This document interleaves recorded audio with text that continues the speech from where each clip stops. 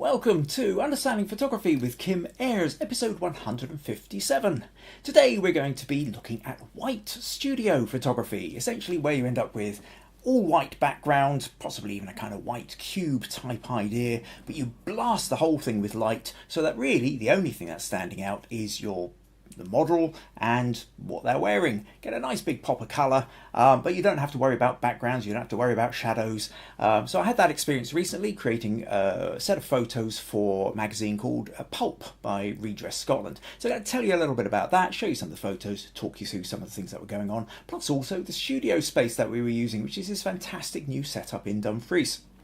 So, going to be chatting about that. Plus, we also have a couple of people have sent in images for critique. So we'll be giving feedback and ideas on how to help people move their photos forward. So that's really what we're going to be chatting about. Meanwhile, here we are live on YouTube. If you happen to be watching live, make sure you leave a comment. Tell me where you are. Tell me what the weather's like. Here, let's get the chat going. Wrong button again. I've got to really... Let's try this one.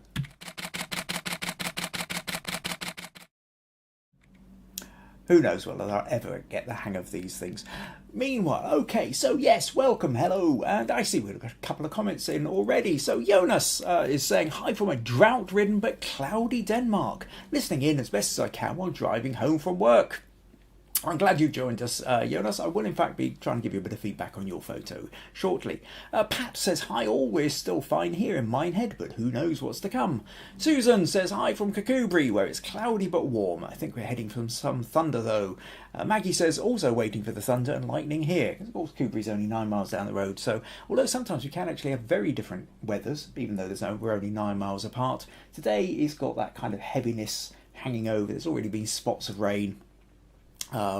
If everything actually suddenly cuts out, maybe it's because we have some kind of power cut. I'll have that for a little while. And John says hello from Ohio. Happy Father's Day to fathers everywhere. And yes, absolutely, here in the UK at least, it is Father's Day. So yes, happy Father's Day to all fathers and dads out there. In fact, actually, Meg, my daughter, she made me the most wonderful Father's Day card. I got this handed to me this morning. She knows of all my superheroes, Batman's always been my favourite, and so she's made me. And she also made me a little voucher here, and this voucher says, I'm treating you out for a coffee in a cafe of your choice. So, yeah, it's a great little Father's Day to tap into there. So I'll be enjoying that sometime in the next week or two. Oh, and Meg's joined us there and says, hello, everyone. Right, so where are we at? So what I'm going to do, I'm going to start off with the critique feedback section, I think, and then I'm going to talk to you about kind of white studio photography and what's involved, how much fun it can be, and possibly what the restrictions are and how you can work around those. If you've ever wanted to play around with a bit of studio photography, I think it's a really good way of kind of getting into it. Without necessarily having a vast amount of technical knowledge to kind of get you started. At a fairly base level, you can get some interesting results straight away. So, going to be chatting about that. If anybody's actually been following my Instagram account this week, I've been putting up images from that shoot on the run-up to this podcast. So, right, okay, let's make a start. And what I'm going to do, I'm going to start with Jonas. Now, this is... quite a sort of slightly more complex photo or set. Well, there's a photo, and what he did. Let me just hold on one sec. Let me just open up that and make a couple of quick adjustments here, as I suddenly realise I didn't quite. Let's get rid of that and pull that in so I can see that bit. Click on here, drag that up. Drag that down. Right, okay, now my desktop is as it should be, making it a little bit easier to do what I need to do. So, back to Jonas. So, Jonas sent in, let's see, Jonas edited photo, let's, there, hey. So, he said, where are we? General critique is welcome, crop, composition, etc. But I'm especially interested in editing technique. I wanted colour in the cabin and surrounding rocks, texture in the snow and sky, and strong contrast in the snow and rocks. I did 3 separate raw conversions, and use layer masks to combine them, something I learned here and I'm using for the first time. I think there needs to be much more texture in the snow, but it quickly looks dirty or artificial. How could I do it? Okay, so basically what's happened here is Jonas has taken a photo of the snow, and one of the things, and in fact, actually, if I find out just draw out the original photo here, you can see the original unedited photo is underexposed. One of those strange things that actually I remember a landscape photographer telling me is quite often if you are going to photograph snow, contrary to your instincts, what you kind of need to do is slightly if you're using any kind of auto bit on it, slightly overexpose. So nudge up a notch or two on the exposure, because the camera, when hit with all this white of snow, will in fact tend to underexpose automatically, and quite often you end up with a slightly darker image than you needed. But anyway, one of those things to play around with. So here we end up. So the settings are such that it's a sort of darker photo. Now, what Jonas did is, because he's got the raw image, he's able to open the raw file and then make adjustments, save a copy, go back to the raw file, make different kinds of adjustments, open them, go back to the raw file, make a different set of adjustments, and download them. So what he's really trying to do here is the fact that he's wanting one set of texture for the sky, one set of texture for the snow, and one set of texture for the rock and this cabin, which is quite a good way to go about it. So what he's done is to show you the sort of three different layers as such. So in this layer, what we can see is he's adjusted for the cabin, and so we can get that nice little burst of red, the red paintwork on the wooden cabin. We've got a little bit more texture of moss on the rocks in the foreground, but in order to bring that up, the snow and the sky is pretty much blown out. There's no detail left in the snow at all. There's virtually nothing left in the sky. So he made a copy of that to get a copy of the cabin. But then if we move on, this one here he's generated for the sky. So the sky looks fine, the snow looks a bit smoothed out still, but also very blue. There's quite a strong blue tinge to it, and the cabin and the rock have kind of dropped into the shadows.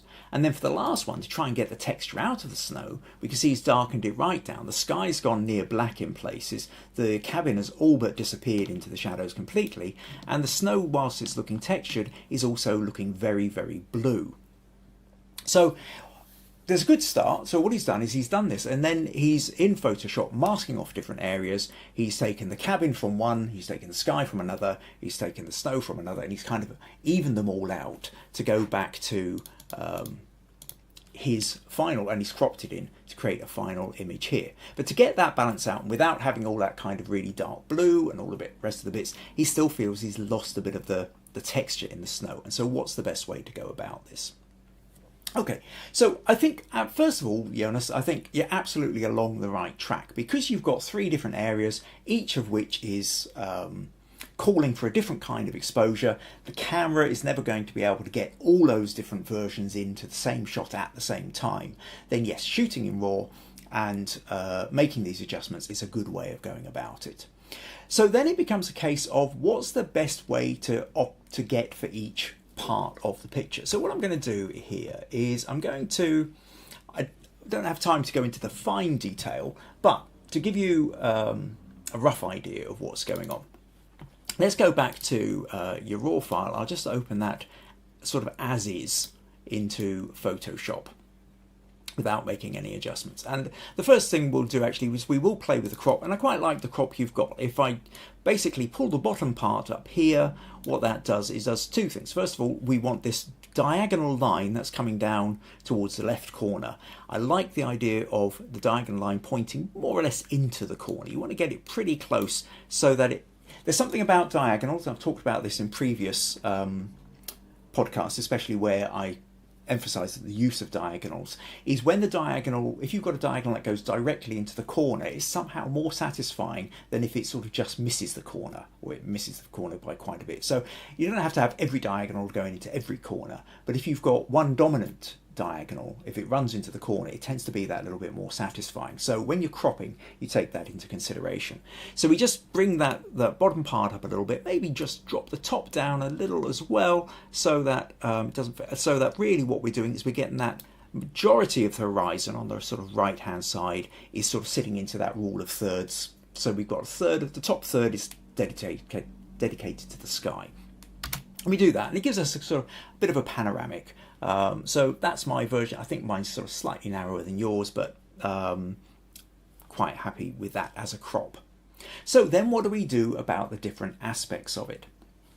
So what I'm going to do here is I'm going to take the quick selection tool, and what I'll first of all do is I'll just do a very, very quick selection of this sky. If I just do an out there, and I think there's a bit where it missed and went onto the mountain there. So I've got to, and then I will, for me, Control and J, now that's selected, it might be Command and J if you're on a Mac. That's allowed that sky to then pop up onto a separate layer. Now I've got that layer, if I go to Filter, Camera Raw Filter, we can see that we've just got the sky there. And if I click Auto, that's darkened it a bit. It's not really giving what I want. What I really want is I want to kind of brighten it up. So I'm going to take the exposure, brighten it a bit, but we're also wanting texture. And so I'm going to grab the clarity, and I'm going to drag the clarity over, maybe a bit of contrast, a bit more exposure. I want to kind of get real texture into the sky. So I'm kind of playing around with contrast and clarity, and maybe highlights, shadows, drag that clarity a bit more until we're kind of feeling like there's a good chunk of interesting texture in the sky. Now the other thing is the color balance. What kind of color balance do we want here? And here's an interesting little kind of trick to point out. If you look up on the top right corner of Camera Raw, if that's what you happen to be using, you'll see that the histogram is split into the sort of red, green, blue here. Now if I take the temperature control and I sort of slide this over into the blues, we can see they separate out a lot. If I move it slightly into the yellows, they start to line up a bit more, but they don't kind of go fully. So I'm going to move that over a bit. But then I've also got this green and purple. And again, if I do the green, they separate out. If I start sliding in towards the purple, they start lining up. Right, now I've got the red and green lined up. Maybe I move that blue a bit until, yeah, we've kind of got the three of them more quite just little subtle adjustments to the left and right, and then we've actually got the it then becomes neutral. It's not fully off into one colour rather than the other. But suppose actually, just for a little bit of it though, just to create a little bit more drama, I'm just going to nudge it slightly more into the purple, slightly more into the blue, and that kind of creates a sort of just slightly getting, you know, sort of post sunset, not quite, but a little bit more colour in the sky. So we're playing around with the sky colour here just to kind of give it an edge of something. So I'm quite happy with that. I'm going to click OK, and what we've got is we've got this nice sky here. But now everything in the foreground looks really dark. So I'm going to go back to my original background layer. I'm now going to use quick selection and select the snow. And what it's done, you can see it's actually left out the rocks. That's fine. Do that. And so again, Control and J, and that gives me now a separate layer where I can now go up to Filter, Camera Raw Filter, and we've just got the snow layer basically. Now you might play around with it a little bit more, so you've got overlapping bits, you can feather it. I'm just doing this as a kind of quick way to show you rather than sort of spending the next 3 hours putting this together. So now again, if I do auto, that's not really giving me much. It's very dark, so I want to bring it up. But as soon as I bring it up, what happens is we're losing the texture in the snow as well. So I kind of, let's take the highlights down, push, you know, if I take the whites up too much, it's definitely too much of a problem.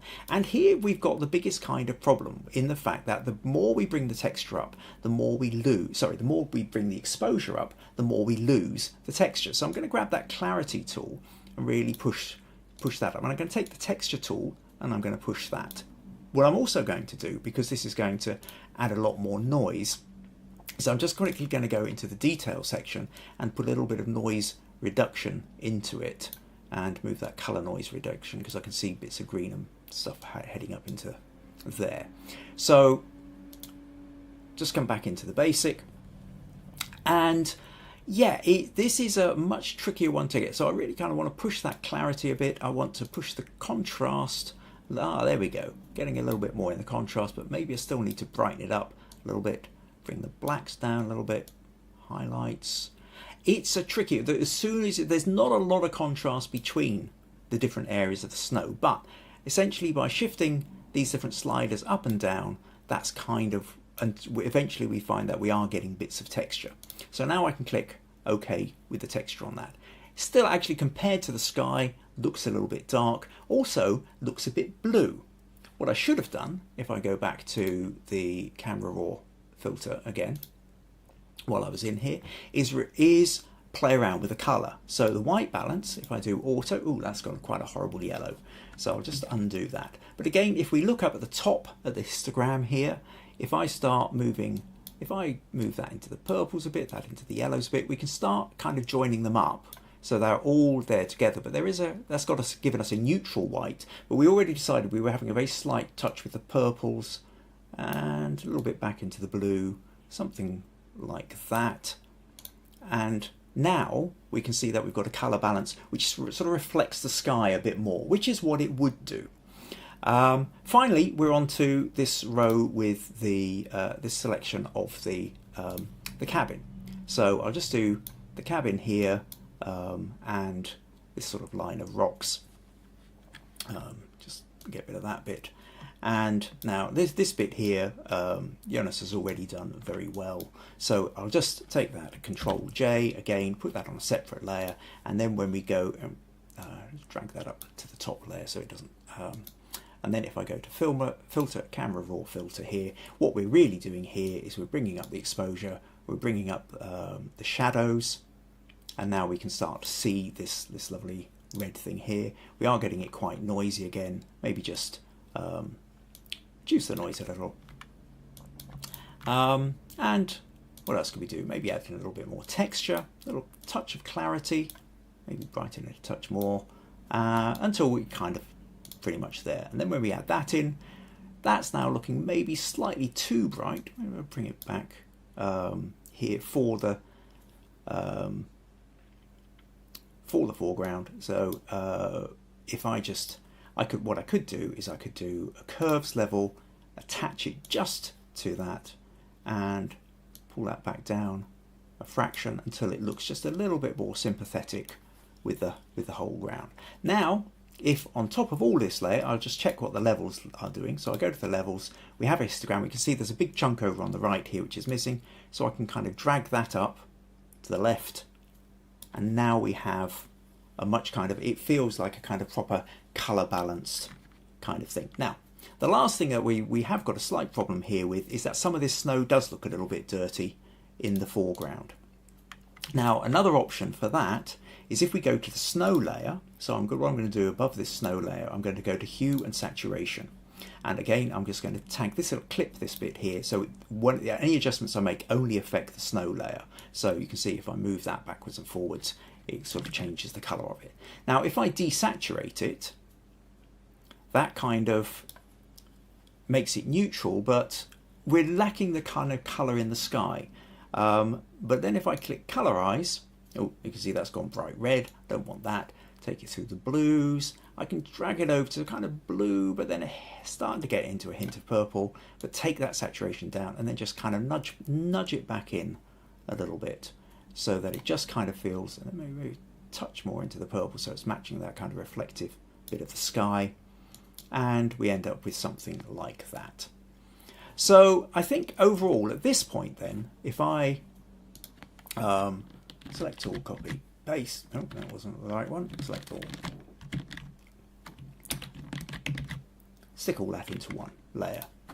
And then what we have now is we have our cabin, we have our sky, we have our snow, we've got plenty of texture in the snow. Obviously a point whereby you've got to watch out for the noise, but we haven't, we've got lots of nice contrast here between the rocks and the snow in the background. And I think that's really given us a kind of overall better balance. If we compare that to Jonas's edited one, which was very much blue and didn't have quite as much texture. I think, but so as a quick edit, I think that's really the kind of way to go. So basically, Jonas, I think mostly you're definitely on the right track. And then what it really is about playing with color balance, color temperatures, white balance, and playing around with the sort of textures as well. Don't forget your clarity tool, texture tool to kind of, and contrasts to play around. But always when you're working with what are essentially a whole load of whites, you're always going to run into a little bit of problem with that about trying to really bring out detail, because there's not enough range, dynamic range, across the whites. You've only got a limited amount you can go to. But hopefully that gives you a bit to play with, a little bit to go on. But thanks very much for sending that one in. A little bit of a challenge there for me to sort of see if I could come up with something that went beyond what you'd already done. So thank you very much. Okay, let's take a little quick look. Got some more comments here.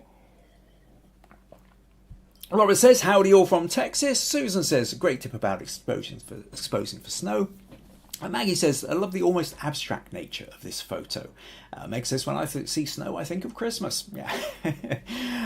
Meg says, yes. Oh, yeah, okay. Chat between Meg and Pat then, talking about whether Christmas is a favourite time of year. Rosemary's joining us, says, sorry to join late. Greetings from a what you see, what you get is out your window with the weather in the Pacific Northwest. And yeah, conversation carries on between Pat and Meg. So, okay, let's move on then. So the next one that I'm going to show you is Robert. So Robert sent in this image, and Robert says, right, this is a photo I took last summer in Cologne, Germany. I like it. I believe the woman's eyes tell a story. However, I haven't felt good enough about it to use it. I would like your take on the shot, composition and edits. A second set of eyes, if you will forgive the pun, is what I need. Let me know what you think.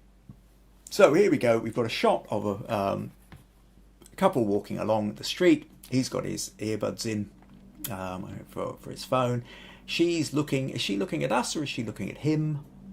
Possibly looking at us, I think. Sort of clocked the fact that you're pointing the camera at her. The headscarf and the COVID mask mean that just the eyes are really standing out here. They're the what's grabbing all the attention. So the question is then what is so you've got this and you're feeling like it's not quite doing what you need it to. Is there more of a story in there? Where would you emphasize it? How would you kind of play with it? And the first thing that strikes me is the fact this is an old idea, Robert, and one you should be familiar with, which is the notion that these people here are further over to the left of the photo in the direction that they're walking. And so there's more space behind them than there is in front of them. And generally speaking, if you have movement in a photo, unless there's a very good reason for it, you generally speaking want to have more space in front of, the bicycle, the car, the people, than you do behind them. Because what happens is we look at the subject of the photo, we see them moving in a direction, so everything that's behind them we end up blanking out anyway. So unless there's a deliberate reason, like there's something interesting happening behind them which they can't see but is relevant to the narrative, you don't necessarily need a whole bunch of space behind them. You would be better off having that space in front of them. So that's the kind of first instant notion of the crop. But what you did do is you sent me the raw file, and so let's just open this with Photoshop. Now, wrong one, open with Photoshop, not with photos. That's what I wanted to do. So I've already just sort of flattened this image and just done a basic edit on it. Now we can see here from the front of this that there was actually cropped in quite a bit. There's a whole bunch of a street scene going on. Interestingly with this, there is another narrative, had you chosen to go for it, which I quite like, which is when I sort of zoom in here, come in closer, finally crop out the top part, I really like these bright red shoes that she's wearing. It becomes almost something of a kind of colour pop, almost like a kind of selective colour aspect. But those bright red shoes almost tell a story in their own right. Now, obviously, if we were to zoom in, I don't think there's enough story just to have two pairs of shoes with one of them being red. But in a way, I'm kind of feeling that there's a story there. And I think if you were to crop this just slightly differently, so you're right, we don't need all that bit at the top. Do we need the people in the background? It's kind of interesting having a bit of the people in the background. But then what I would want is, I suppose with something like this, you're going for roughly a kind of square crop. So if I wanted that many people in the background, and I would have to, where are we? Height to width. We're looking at about, actually maybe it's just something like that, roughly square. But then we don't need as much behind. And this is where ideally you would have had less space behind, put them into something like that. And then if I do, I'll just do content aware. I'm not going to mess around with the generative fill, which actually makes a more interesting use of the space. But it's just, I'm still slightly concerned about the fact that that's all done on the cloud, so it's eating up my bandwidth, and my whole podcast will just go slower. But as you can see from this kind of crop, very roughly, the space in front of them makes it a bit more interesting than the space behind them. So this is kind of one aspect where I think if you're pulled out, that's as far as you want to go. You've got people walking in the background, and you've got people walking in the foreground, and you've got these red shoes which are kind of leaping out. And maybe you would darken down these highlights a bit more, maybe allow those shoes to kind of lighten up and pop just that little bit extra. So that's one way of doing it. But actually, the other way of doing it is where you get in closer. We always talked before, either you're not close enough in or you're not far enough out. So if you're going further out than you were, this is where I'd probably be. But I think really the story that you were focusing on was the eyes. And at this point, for that, we just want to get in close. And as you see, almost the closer I get in, the more interesting this becomes. Now, at this point, this is no good because we've lost his face. But in a way, I think if you are going to do this, if we were to do what we're really wanting, let's see what happens. I come in here and something like this. I think that's already making it, but I think we can come in closer. Let's go down to his mid forehead, something like that, crop there, come in a little bit up a bit, come in a little bit more, don't need so much of that. Something like that, and now we're closer in, because we need enough of his face to know that it's there, he's looking forward, but everything's about her eyes coming in. Can we get in even closer? So it's one of these things where I think you kind of go in closer and closer until you feel you've suddenly lost it. And we did something like that even, we crop off even more. Have we still got the story? Yes, we still have story here. We've got this big post here, which is maybe taking up a little bit too much space. Perhaps if I was doing a patch tool or something like that, just it's not really working, but I should have left more of the original photo. Okay, let's tell you what, let's just go back a couple of levels of content aware and just drag that over there a little bit, just so it's not kind of grabbing all our attention and interfering. So now if I go back to a closer crop, where what we were talking about was something like that, maybe. And now I think what you've got, this is your kind of story. Obviously, tidy up where that post had been a bit better than that.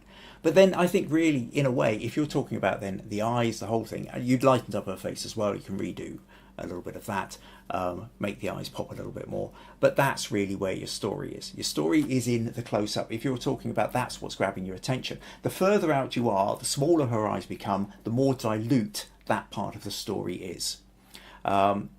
Because you're far away, you've cropped in, you've lost an awful lot of pixels, the resolution of this isn't going to be as high. You print this up to A4 or A3 size for a camera club competition, it's just not going to carry it with you.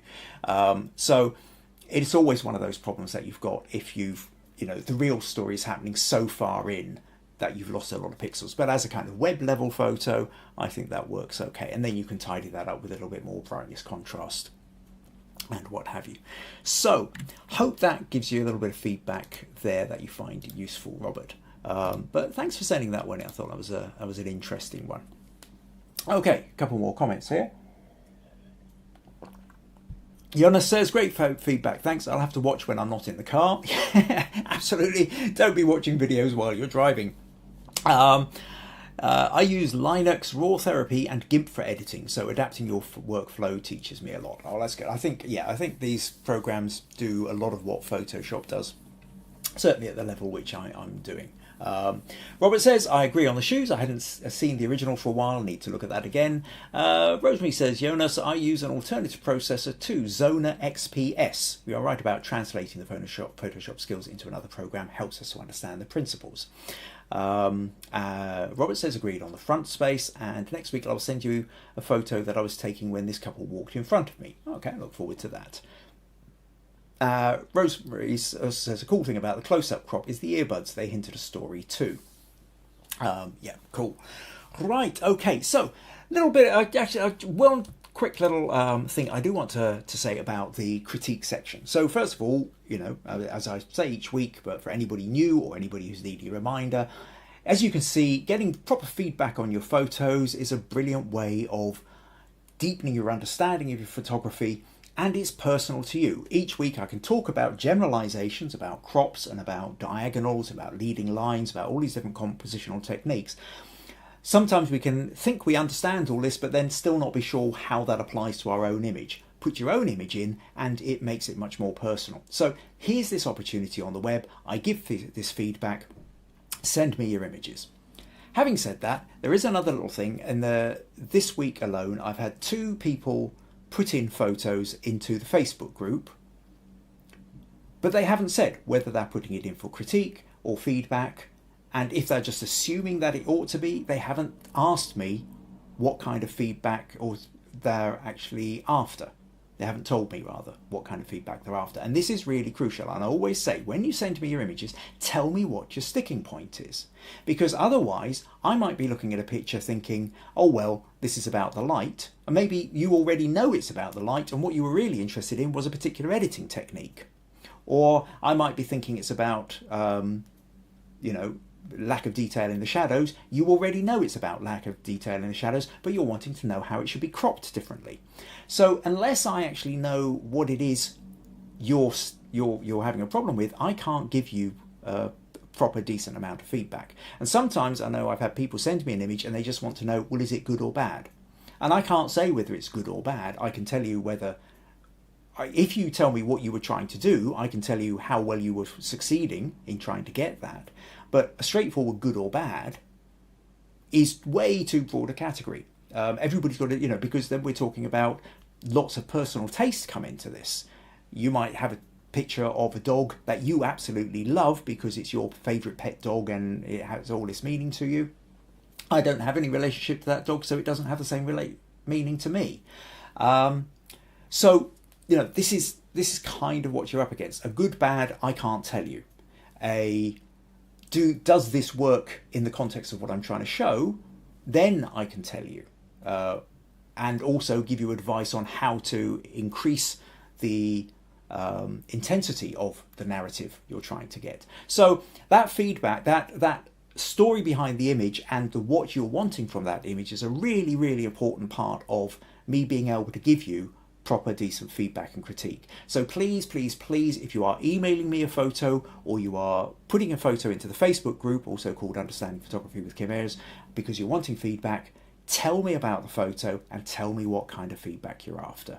Otherwise, I can't help you. So even though I had 2 extra photos put in, which might have been critique, they might not have been, with no comment. It might have just been somebody putting in saying, hey, look at this photo. Aren't I brilliant? I love this. And there's nothing wrong with having smug moments. And I will say, if you want to use the Facebook group to say, hey, I did this photo, really pleased with it, you can. But what I would also say is, tell us about the photo. Tell us what the story is and tell us why you're pleased with it.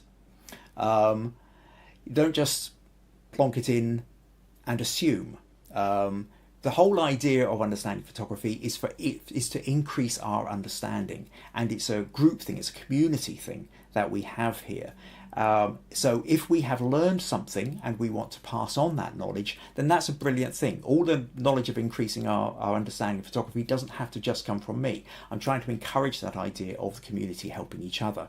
So that's a great thing. But that can only work if you actually explain what you've learned, how you've learned it, and how it applied to the image that you're wanting to show us.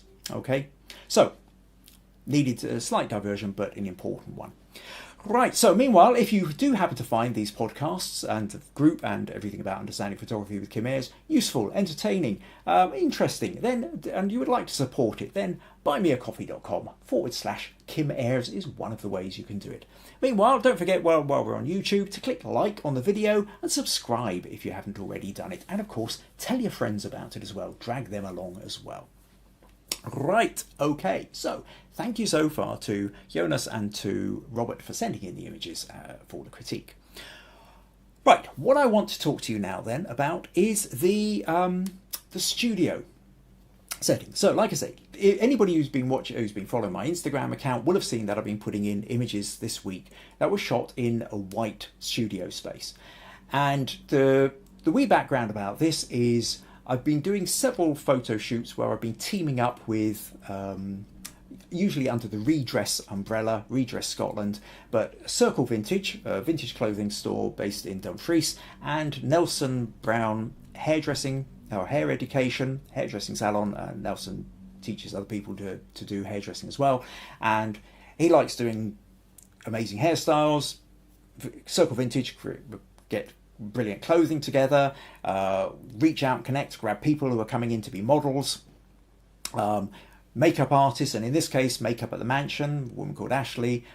She was involved in doing the makeup for this shoot, and we used studio. So Graham Edwards is a photographer based in Dumfries, does a lot of wedding, portrait, product photography, kind of your epitome of a kind of a good high street photographer. And what he's done though is very recently, in the last sort of few months, he's built a studio. And it's this amazing space. This studio is big enough to have 3 different areas for photography. He's got one which has got like drop down paper rolls at the back. He's got another area which has got like a exposed wall and a window. And he's got this other area which he's done this sort of white cube area, or kind of into the corner. So it's 2 walls which are completely white, and they have a curve at the bottom, so an infinity wall. An infinity wall means, unlike your home, you don't end up with this line running from the skirting board to the floor, and and the shadows falling differently. There's a curve that runs between the back wall and the floor, and so it becomes seamless. So if everything's bright enough, you aren't having to Photoshop out any lines that are running through the middle of your subject. You can change your height and your angle, and it's a great thing. So what I'm going to do now is the first thing I'm going to do is I will actually show you the setup. So one of the things that happened with Graham is he's got this studio set up, and if you go to his website, you can see photos of this studio for hire, but it's an empty studio. Obviously ready for people to go in. And I said, well, look, if we're going to do a photo shoot here, and we're going to have a whole load of people in it, I can do a photo where we essentially create a panoramic shot which has all these different areas being used. So this shoot then for Redress. So Redress Scotland is all about slow fashion. Some of you may remember the fashion festival, fashion show, slow fashion show that I was involved in photographing, which I've talked about a couple of times the last couple of years. So recycling, upcycling, sustainable fashion. So because we're using a lot of vintage clothing from anything from 25 years ago to 100 years ago, mostly between 25 and 40, 50 years ago. It means that rather than going out and buying new fashion, you can actually be able to reuse older fashions, either directly or merging them together, upcycling, and it's a much more sustainable way and planet-friendly way of wearing clothes.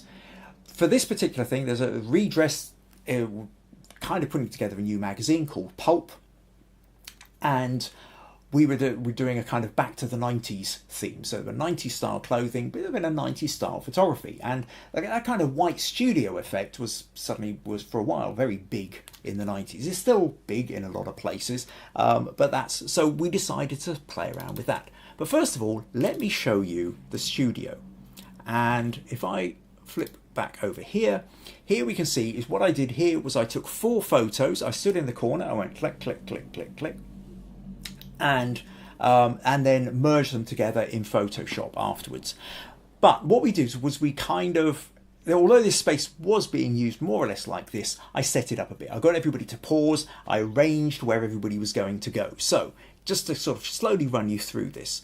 I'm standing in the corner where we've got the exposed wall, and I couldn't get all the shots in the one place. So I'm now standing in one corner clicking across. So over here on the left, we have the whole bunch of paper drop downs that you can get. Now I wanted to show this being used as a photo studio. So one of our guys here was modeling. Then we had Meg set up as the kind of support photographer. Now Meg was in fact one of the models. I'll show you one of the photos later, one or two of the photos later. But because she was doing a bit of behind the scenes photography for me as well, we decided to set up that to sort of show that this area could be used. In the background, we've got Ashley, the makeup artist, well, makeup at the mansion, applying makeup to Chelsie here. So I did say to Ashley, well, look, make sure your hands held up so it looks like something's going on.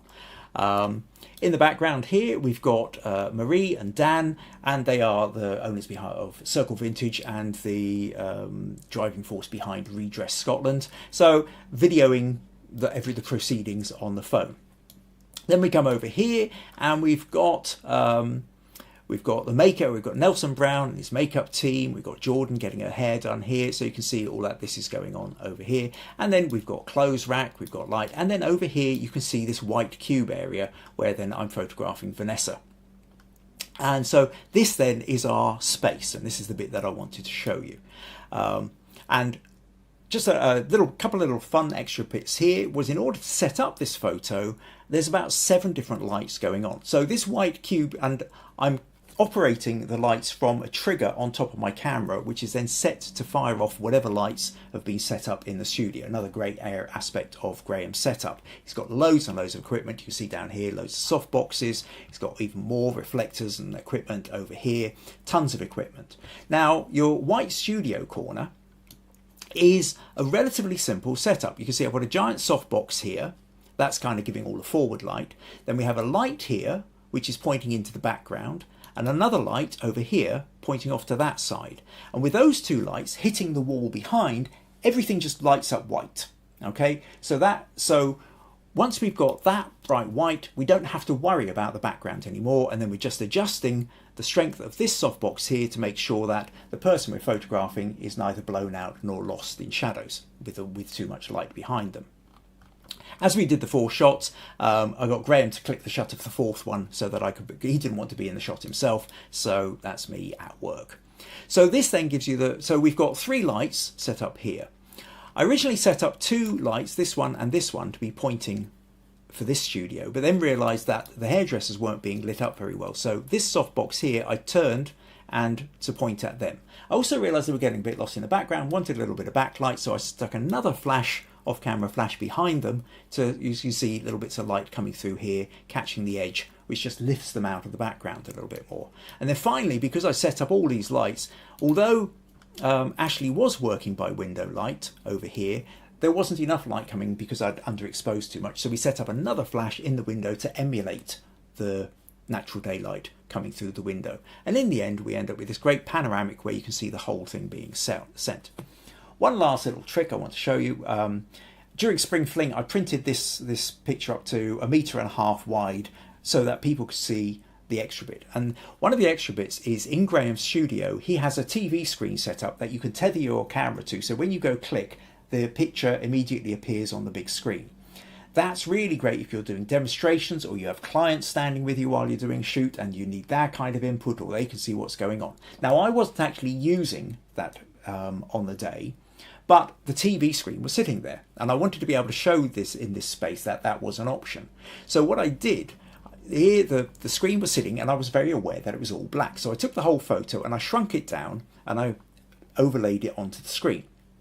And that was great, except for the fact that because this is 4 photos stuck together on a high resolution camera, this is a very high resolution image.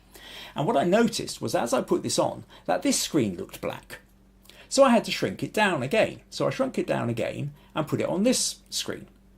But then I noticed there was this little black area again. So I shrunk it down again and I stuck it here. So actually these little 10 pixels, no 12 pixels, just here, are in fact, it shrunk once more. What's kind of fun though is when you start off at here, so this is the TV screen, and as you pull out, you kind of then notice we've got this TV screen, and then you pull out a little bit more and realise that it's on this TV screen, and then you pull out a little bit more to the final image. So that's kind of... Right, okay, so now then, let me show you some of the photos and talk about part of the thing of... so if I click here then and show you one of the photos, so this one of Josh. So for example, so you can see here that what's going on is everything's whited out, but we've got this big, I've got this big softbox pretty much just sort of behind me to one side, but then we've got the big lights, two other lights hitting the background, which is whiting everything out. And what this means is he and what he's wearing pop. There is no interference, there is nothing else to worry about. You're not worrying about background, you're not worrying about shadows, you're not worrying about anything else interfering with the picture. And so technically, on a technical level, it becomes a very, very simple form of photography. Once you've got your settings right, once you've so you give yourself a slightly narrower aperture to give yourself deep depth of field, so you don't have to worry about whether they're leaning forward or leaning back. So you go for something like an f11 or an f13. So you've got plenty of leeway. But because you're using big powerful lights, you can get plenty of light in with a narrow aperture. And at that point then, you've got all the light you need, you've got the depth of focus, you can then pretty much forget it. All you're doing is pointing the camera and going click. And the exposure settings are there for you no matter what else happens. How they move, how fast they move, whatever else they do. So very quickly, with very little extra skill, you can get something where you go, oh yeah, that looks a bit like a fashion image, and you see it in a magazine. Bam, it's there. So you don't need massively complicated skills in order to be able to take a photo like that. So it's, if you're just getting into studio photography, I think it's a really good way to get into it, because you can get good results very quickly without that kind of disappointing, constantly having to kind of make mistakes and then just feeling, losing motivation because it's taking so long to actually get somewhere where you feel like you're achieving anything. So another shot here, again, squat down. And really what starts to happen here is what becomes important is well, the clothes that somebody's wearing, but also the shapes that they start moving their body in. Because in a way, the freedom that you have, because the technical bits are taken care of and you're not having to worry about it looking like somebody got a plant or a drain pipe growing out the back of their ear or anything like that. You're not having to worry about the background, is also actually quite quickly you can exhaust, how do you get something to look interesting when you've lost things like shadow and you've lost things like background? I mean, my blog is called Painting with Shadows because I use shadows to all the time. My first thought is not where's the light falling, but where are the shadows falling, in order to create drama in my photos. Now, this kind of photography isn't really about creating drama. So in a way, it was quite a shift for me to play around with this. I'm not having shadows. Where are the shadows? There's very slight shadows, but they're subtle. So it then becomes a case of how the models decide that they're going to shape. So this notion of shape becomes really important. And actually, if you can work with people who have modelled before and know how to shape their body, then it becomes much easier. If you haven't, and you've just got somebody standing there looking a bit awkward, you need to give direction. And unless you've got a sense of how to give direction, of how body shapes, and coming back to your notion of leading lines and how you will follow the direction or the gaze or the shape of the body and the way your eye will move through the image, then you can kind of quickly end up with something which looks a bit stilted. So if you're wanting to kind of then elevate your studio photography, the technical bits are taken care of. Now what you need to be thinking about is line and form, playing around with it, and you can have a bit of fun. And here you go, you wanted to see Meg. This is my daughter Meg, our wonderful Meg, who's who's here every week, one of my biggest fans for the podcast. So Meg was sitting in the makeup chair, so let's show you. This is Ashley applying a bit of makeup to Meg, so nice. I took a couple of behind the scenes shots. I have to say, to me, it was really surprising seeing Meg in makeup. Meg doesn't usually wear makeup. In fact, actually, I'd never seen Meg in makeup before. And it was really quite odd seeing her with the makeup, without the glasses. She looked like a grown-up woman, which of course she is. Meg's 25. But to me, being a dad, as all dads know, their daughters are never really more than about 6 or 7 years old in your own head. It's a bit strange seeing Meg all grown up. And then here's Nelson doing some final touches to her hair just before we went in to do the shoot. Here's another shot. So here she's with Josh. Not Josh, Sol, I think. Sol with this. And we were playing around with kind of different, and then we brought in Josh as well. And so we're kind of having fun here, playing with line and form and the different people. And the interaction, because that's the other thing, is one way of... Because given that you have the white background and all the rest of it, and there isn't anything else to add to the photo, if you've got more than one person in it, the interaction between the people becomes a way of adding a little bit of extra fun or dynamism or energy into the photos. And even another one here, there was a bit where with Vanessa and Sol, getting them to dance and jump. Interestingly, when they're jumping, at this point, feet have left the ground, but because it's a white cube, here you can see a little bit of shadow underneath Sol as where he's sitting, but, everything is just sort of white around them. So you can kind of have a little bit of fun with that. Let's show you a couple more behind the scenes photos, or another behind the scenes. This one, I went to... I think I had to change the battery in my camera, and when I came back, everybody else was sort of standing around here taking photos, getting them to dance, and it gives you a better sense of that space that we're in. So we can see here again the big softbox that was being used to light them up. We've got one of the lights here hitting the background, the other one's off over here, so you can't quite see. You can see you can see the stand where that light goes off into the background. We've got Marie here from Circle Vintage taking photos on her iPhone. We've got Nelson here, also, I think he had his phone at one point. Dan here is kind of watching, shouting out orders and ideas for them to play around with. So, and then actually, having taken this photo, I had a little bit of fun where I cropped it in. Oh, this is another one from the set, and I just cropped in a little bit closer, turned it to black and white, and that was quite fun too. You can see them sort of dancing away. You kind of create that documentary style photo. So you kind of play around. So that's one of the things you can do, is you sort of start playing around with the shape of people and the way people are interacting with each other, because you're trying to create interest in what is otherwise essentially a boring background. It's a non-background. Everything is white. There is no background. So the only thing you're left with is body, colour, line, shape. You can do black and white as well, but then line and shape are really important, and expression, body language, movement, body lines. These are things that become really, really important if you're going to try and create anything other than something which actually looks just a little bit dull, which is somebody just standing in a white background with nothing happening. Susan says, wow, Meg. Oh, Holly's come in and said, Happy Father's Day, Kim. Thank you, Holly. Much appreciated. Meg, Pat saying, lovely, Meg. You look like a professional.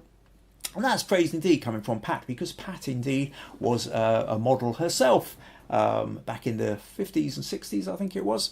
There's some amazing photos I've seen of Pat looking really glamorous, advertising different products. Wonderful model.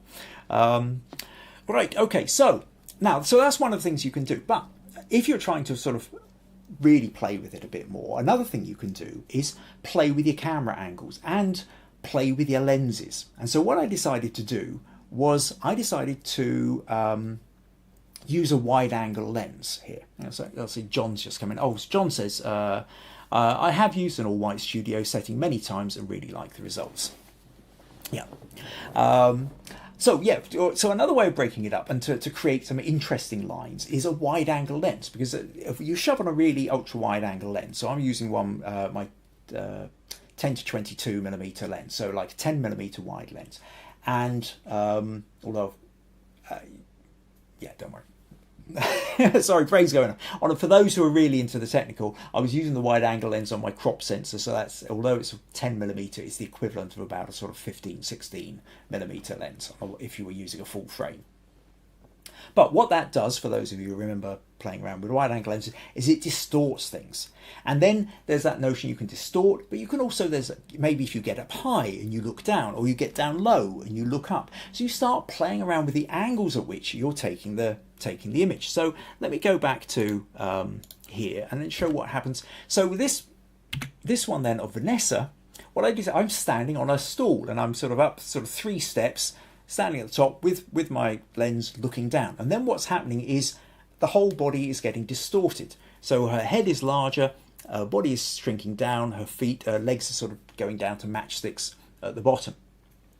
And then she's angling her body, pushing her, dropping her neck to one side, pushing that shoulder out this way, pushing that hip out that way, so you get this kind of S-curves going into this, and of course the whole pattern of this is breaking it up as well. She's got the red hair, orange dress, yellow tights, so it's a colour thing going on. And the whole thing is creating something which again looks very kind of interesting, magazine-y fashion type of thing. Because there is no background, because everything is white, it means you've got nothing to latch on to compare against, which I think is always interesting. So the distortions they kind of mess with your brain even more in a fun way. This one where she's then sitting down at the ground, and I love these. I kind of, right, okay, you sit down, I drop down to ground level, and I'm either kind of squatting or sitting right on the floor, getting as low as I can, and then shooting in. And because I'm close up to her foot here looks like half the size of her body, you get this fantastic kind of distortion bit going on here. Another one here where she's sort of playing with the length of her hair, or this here where we're creating real shapes. You're going for this sort of triangular shape here, with the foot coming out into the foreground. So you can really kind of play with those shapes. The wide angle, playing with getting down low, getting up high. Another quick behind the scenes photo here. Nelson's come in, doing a bit of hair on that. And again, the way the wide angle lens is distorting here, Nelson now looks like this absolute giant and standing over the top. But just sort of see how the whole setting's working. Or this one here, another one of Soul, where he's pushing a foot forward, and it creates, when you've got the wide angle lens is already distorting, so diagonal angles become much more diagonal. And as we've talked before many times about the use of diagonals, is diagonals add an energy to the picture. Whereas verticals and horizontals kind of create stability, diagonals create uncertainty, energy, and so the wide angle actually really helps us to up the power of that notion, because in here nothing is truly vertical, nothing is truly horizontal, nothing is even parallel. Even where your diagonals are, you've not necessarily got parallel diagonals, they start kind of diverging as well. So there's a lot of power in that kind of photography. Taken to its extreme, I had a lot of fun. I created, with Chelsie, I created this photo where she's sitting in. Now, Chelsie is tall to begin with. I think she's over 6 foot tall, really long legs.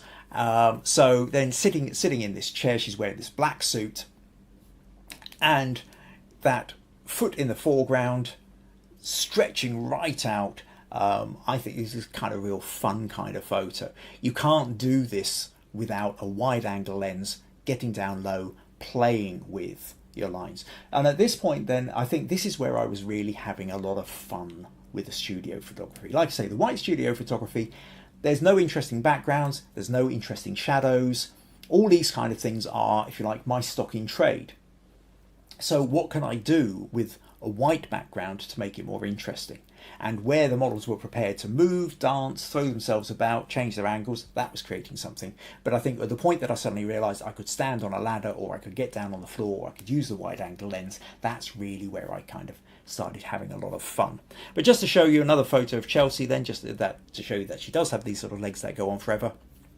We also did some sort of shots like this, which I, kind of, again, you're playing around. She's also wearing these heels and shoes, which, the shoes were already kind of 2 or 3 inches high on the platform, and then another kind of 6 inches or whatever shooting off the heel. Getting up close, I'm sort of slightly, I think I was up a step on the ladder here, looking slightly down on Chelsie, and here we're playing around with the diagonals, using the shape of her arm to kind of come up and create these amazing shapes. And also when she had the black suit on, and that kind of notion. With here, we've got a very vertical, but there's a slight tilt of the head and a slight curve of that collar. And you'll notice here without the diagonals, it's a much more still kind of image. As I say, you kind of create stillness in the verticals and the horizontals. But because of that slight tilt, because of that slight curve of the collar over here, and the fact that Chelsie is just brilliant at sort of staring intensely into the lens when she wants to. I mean, Chelsea's really warm, friendly, bright, funny. She does stand-up comedy and presentations and all sorts of things. She's very emotive. Going the other way just creates this incredibly sort of penetrative stare. You feel like you're being locked into something. And in fact, actually, I decided to do that. We also discovered that, I discovered in Graham's studio, that he had this fancy leather armchair. So put Chelsie into that, wearing her black suit with like this. It's almost kind of like The Matrix. Anybody who's seen The Matrix, where they kind of go into sort of certain play area where everything's white, sort of had that kind of feel to. Or maybe a Bond villain, I think, is another option here. So that kind of thing you can have a lot of fun with. In fact, actually, it doesn't even, I mean, although with this, you then get that real colour pop with the red of her lipstick, there's fun if you go into black and white as well. I quite enjoyed playing with this one, where you just purely playing around with the black and white tones as well. So a lot of fun to be had with that, I think, as well. And so, but finally then, what I want to do is I'll show you a couple more behind the scenes photos that were taken by Meg. As I say, Meg was there with the camera, as well as being a model. I've done a couple of photo shoots now where Meg's come along, and I've given her one of my old cameras to sort of do some bit of behind the scenes photography. And so now, one of the problems that we've had before is the camera that I've given her. It's an older camera. It doesn't necessarily cope with low light. Everything goes very high ISO. But some of you may remember a few weeks ago, I was talking about a technique that if you do end up with very high ISO, but you're in a kind of documentary style situation, then one of the things you can do is put it into black and white, play with the contrast a little bit more, and you can end up with these really quite interesting documentary style photos. So like this one here, she got of me, you see, sitting at the edge of this white cube area, shooting into the thing. Or this one here where now Marie's just come in, and I'm kind of, and I thought these were kind of fun. You've got a sort of a sense, so you can really kind of see what's going on. Here's me standing at that picture. In fact, where were we? This picture here. So directly behind the scenes, you can see I'm standing up on top of my little step ladder. I'm stretching my body as high as I'm trying to get the camera up as close as I can to get down. I've got a wide angle lens on I've got the trigger on top of the camera to fire all the lights, to get that angle that on Vanessa there. Another shot is this one here, where we've got 3 models playing around. You can see I'm kind of shooting at them. Here's that big softbox. You see, making sure that they're lit up. And then finally, there was another shot Meg took standing further back. Now, amazingly, what must have happened here is Meg went click at the exact time I went click, and all the lights fired off. Because the whole white cube bit is completely whited out. which wouldn't have happened under the normal settings that Mag had. And I really like this photo. There's such a sense, because it's all kind of whited out there, and you can see all the light coming out of it, and the way everybody else has got this sort of edge light coming to them. You see Chelsie standing here watching in. We've got Josh there. You can just about make out me kind of squatting at a funny angle to take the photo. You can make out a boot of one of the models. Interesting, in the mirror here, where on the stripy shirt, we've got Marie. You can just, not in the mirror, that's the television screen at an angle. We've got Dan here giving instructions on posing, Graham adjusting his phone, and then Katie and Mark, who are part of Nelson's hairdressing team, watching what's going on as well. So you can really get that sort of whole sense of the studio at work in this kind of behind the scenes photo. Like I say, dropping into black and white then also makes it look rather documentary. So I wanted to show you those photos by Meg as well. I thought they were really cool photos, and it's really useful for me as well, because you know, I mean, whenever I'm doing a shoot, I'm very much concentrated on doing the shoot. I'm there, I'm in the action. I've got no idea what it looks like behind me or around me. So I quite often find it strange and odd when I'm, you know, suddenly seeing myself in the context of taking the photo. Also, very often, like those photos where you see, I'm kind of in this sort of strange Tai Chi position where I'm sort of squatting low, my legs far apart, and then I sort of see these photos and then suddenly understand why the following day my haunches and thighs are absolutely killing me, because I'm not aware even most of the time of the angles, the weird angles I get into to try and get the photo that I want from the height or depth down low that I want to get. But yeah, a lot of fun. So thank you again to Meg for those behind the scenes images. And Rosemary, I see, says, Meg, your behind the scenes shots are so interesting. Thanks for sharing them. Oh, Benedito's joined us, has made it to a live show. Hi, Benedito. Long time no see. You might have missed that a little bit earlier. I've noticed last week or the week before you put some pictures into the Facebook group, but you didn't say whether you were wanting feedback or critique, and if you were, what kind of feedback you were looking for. So just a little reminder for anybody who's putting images either into the Facebook group or emailing them to me. If you're wanting feedback or critique, please let me know what kind of critique or feedback you are looking for. Right. Okay, so that pretty much brings us towards the end of what I wanted to talk about. Next week I am going to be, again, one or two of you might have seen flashes of this if you've been following Redress or Circle Vintage on Instagram or their social media, but I did another set of photos which also went into the PULP magazine of brides in the salon, but wearing vintage bridal dresses. And to be honest with those, I've gone a wee bit Wes Anderson again, playing around with strong colour palettes and quirky